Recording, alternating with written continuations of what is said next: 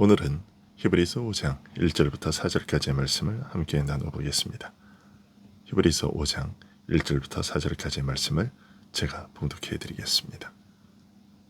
대제사장마다 사람 가운데서 택한 자이므로 하나님께 속한 일에 사람을 위하여 예물과 속죄하는 제사를 드리게 하나니 그가 무식하고 미혹된 자들을 능히 용납할 수 있는 것은 자기도 연약에 휩싸여 있음이라.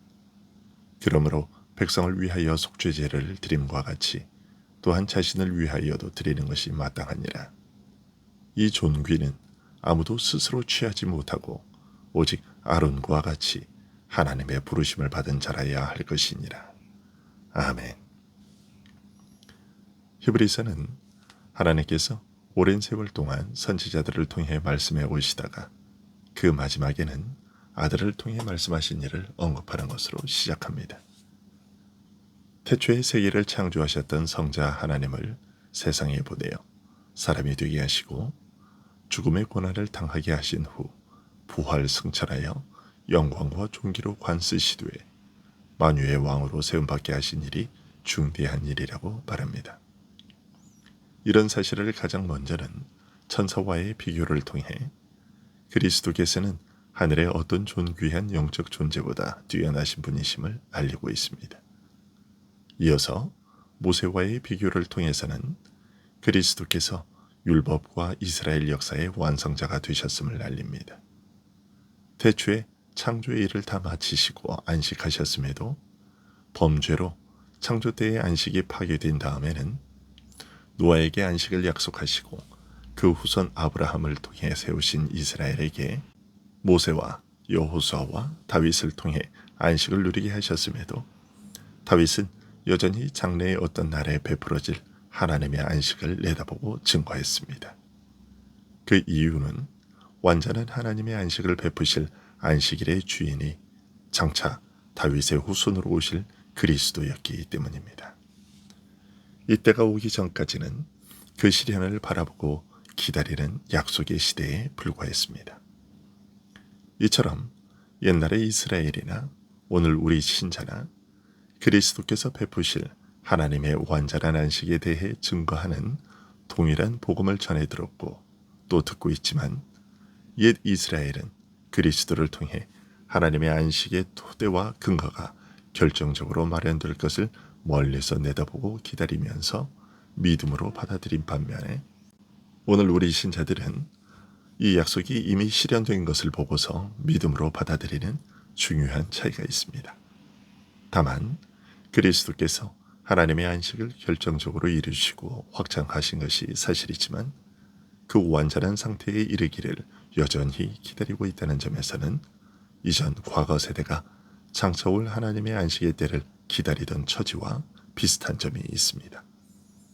그래서 그리스도께서 안식의 구원을 이루실 때를 내다보고 기다리던 이스라엘을 향해 다윗이 오늘날 너희가 그의 음성을 듣거든 너희 마음을 강팍해 말라고 한 말이 오늘 우리 신자들에게도 스스로 비추어 볼 거울이 된다고 여겨. 그러므로 우리가 저 안식에 들어가기를 힘쓸지니 이는 누구든지 저 순종치 아니하는 번에 빠지지 않게 하려 함이라고 권하고 있습니다. 그리스도에게서 실현되기를 바라고 기다려온 안식의 복음이 어떤 것인지 이렇게 알려주고 있습니다. 먼저 이 하나님의 말씀은 살아 역사하여 사람의 영혼 가장 깊은 곳까지 환하게 비추어 하나도 숨기지 못하고 하나님 앞에 다 드러나게 한다고 말합니다. 그리고 그때에 우리가 하나님 앞에서 느끼게 될 절망과 두려움을 미리 다 아는 듯이 우리에게는 승천하신 하나님의 아들 예수라는 대제사장이 있음을 상기시키며 그에 대한 믿음의 도리를 굳게 붙잡으라고 권합니다. 무엇보다 그는 모든 면에서 우리와 똑같은 시험을 받아 우리의 사정을 그 누구보다 몸으로 겪어 잘 아시는 분인 만큼 그에게 나를 맡기고 의지하는 믿음의 도리를 붙잡으라고 말합니다. 이것이 복음의 가장 중요한 내용이라고 할 수 있습니다. 오늘 말씀은 우리의 모든 것을 친히 체휼하셨기에 가장 절실한 도움을 베푸실 것을 기대할 수 있는 그리스도의 이 제사장 직분에 대해 좀 더 깊이 설명해 주는 내용입니다. 먼저 1절은 모세율법에 따라 세워지는 대제사장의 직분이 어떤 것인지 알리고 있습니다. 대제사장은 사람 가운데서 취하여 사람을 위하여 세우되 하나님께 속한 일을 하게 한 자라고 설명하고 있습니다. 사람 중에서 취하여 사람을 위한 일을 하게 함에도 그 일은 사람 차원의 일이 아니라 하나님과 관계된 일이라는 뜻입니다. 그러면 하나님과 관계된 그 일은 무엇일까요? 하나님께 헌물을 바치며 죄를 위한 희생제사를 드리는 일이라고 말합니다. 대제사장은 무엇보다 이 일을 위해서, 즉 백성의 죄를 사하기 위해 하나님께 희생제사를 드리는 일을 위해 세움받은 자인 것입니다. 죄인을 위해 희생제사를 드림으로써 그의 죄를 대속하며 그의 죄에 대한 하나님의 진노를 그치게 할 목적으로 세움받은 자인 것입니다.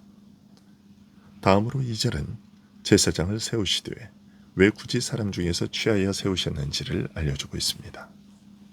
그가 무식하고 미혹된 자를 능히 용납할 수 있는 것은 자기도 연약에 휩싸여 있음이라. 자신도 연약에 쌓여 있는 만큼 같은 처지에 있는 다른 사람들, 즉 무지하여 미혹된 나머지 죄인이 어떻게 하나님께 나아갈 수 있는지, 또 어떻게 그를 섬겨야 하는지를 알지 못하거나 오해하고 있는 자들에 대해 참지 못하고 외면하는 것이 아니라 오히려 인내와 동정심으로 그들과 함께 할 수 있기 때문입니다. 대제사장의 세움받은 목적과 이유가 이런 연약한 자를 위한 것인 만큼 그들의 사정을 알고 함께 합하는 자세가 반드시 필요한 것입니다. 앞서 예수님께서 우리의 대제사장이 되심에 대해 말하기를 그는 비록 범죄하지는 않으셨지만 모든 면에서 우리와 동일한 시험을 받으심으로써 우리의 연약함을 체휼하신 분이라고 말한 것과 같은 것입니다.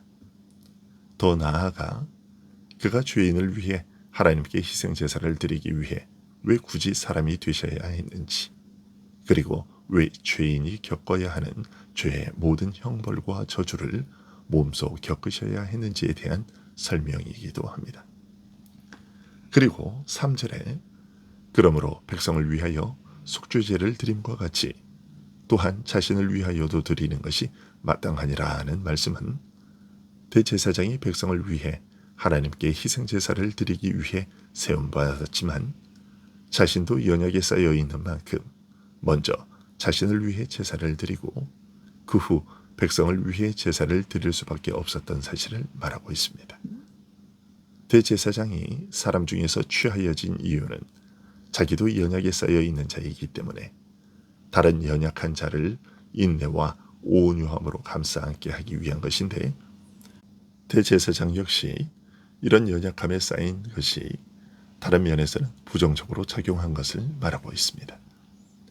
그가 백성을 위해 제사드리기 위해서는 동일한 문제를 안고 있는 자신을 위해 먼저 제사를 드려야 하는 한계와 약점을 가지고 있었던 것인데, 이런 한계와 약점은 사람 중에서 대제사장을 세우는 한 피할 길이 없는 일입니다. 바로 이 한계와 약점을 피하기 위해 예수님께서는 성령으로 잉태되시고 우리 죄인과 모든 면에서 똑같이 시험을 받으셨지만 죄는 없으신 것입니다. 마지막 4절은 제사장 직분은 사람이 스스로 취할 수 없고 하나님의 부르심을 받아 세워지는 것임을 알리고 있습니다. 이 존귀는 아무도 스스로 취하지 못하고 오직 아론과 같이 하나님의 부르심을 받은 자라야 할 것이니라. 아무나 나서서 내가 모든 사람의 죄를 대신하여 죽겠다고 한다고 해서 그의 죽음이 다른 사람의 죄를 대신할 수 있는 것이 아닙니다. 오직 하나님께서 세우신 제사장이 하나님께서 정하신 제사의 법도와 규례를 따라 드리는 제사만 능력을 발휘하는 것입니다.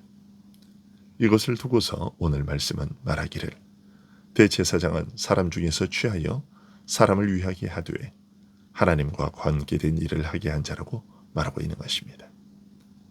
비록 사람 중에서 취하여 그 자신 역시 사람이요 그가 하는 일도 사람을 위한 일인 것이 분명하지만 동시에 사람만 위한 일이 아니라 더 중요하게는 하나님과 관계된 일을 하게 되어 있는 것입니다. 따라서 하나님께서 친히 불러 세우시고 하나님 자신의 일을 하도록 하신 제사장이 아니면 그가 드리는 희생 제사는 아무런 가치와 효력이 없는 것입니다. 기도하겠습니다.